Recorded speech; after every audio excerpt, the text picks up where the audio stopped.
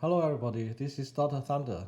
Today, I would like to show you how to solve a US high school physics competition question. This is question number 7 of 2025 F equals MA exam. So we have an object consists of 3 point masses, each of mass m. So we have number 0, number 1, and number 2. They are connected by 2 massless rods of length L and a torsion spring acting as a hinge here. The potential energy of the torsion spring is given by US. The system is designed to walk down a series of steps, as shown in the figure.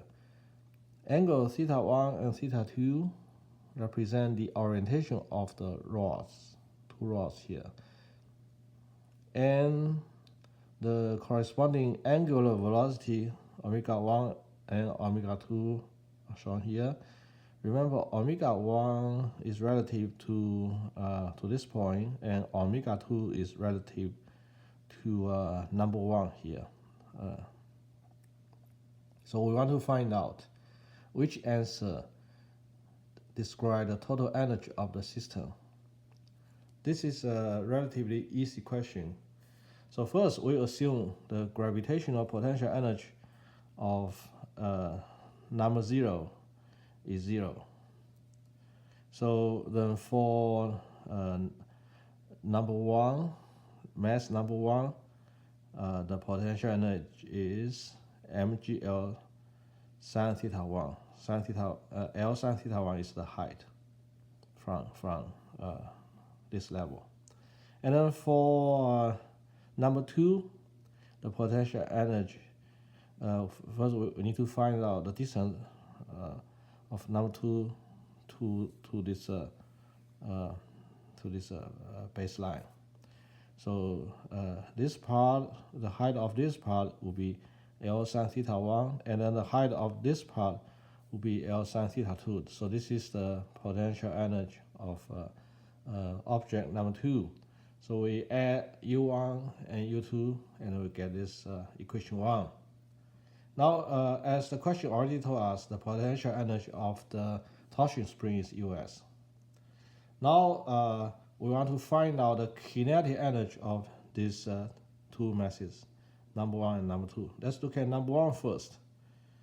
That's relatively simple. Kinetic energy of number 1 is half m speed, because we know that the angular velocity is omega 1, and then the speed will be L omega 1. So this is kinetic energy. We denote it as equation number 2. Now, mass number 1 is relatively more difficult. We need to find out the speed of number 2. So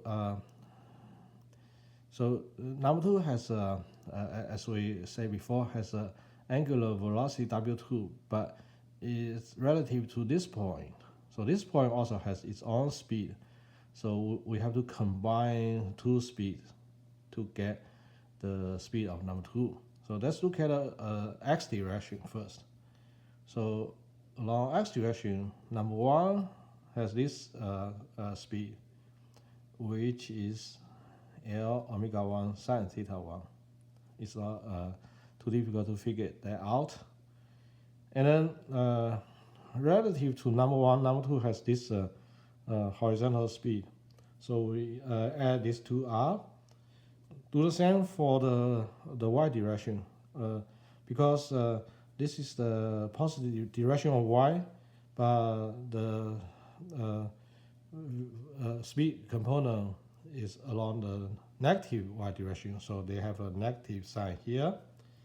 So then the speed of number 2, v2 square, is we work out this equation, and then the kinetic energy of number 2 will be half m v2 square, and then we clean up everything. Remember, we use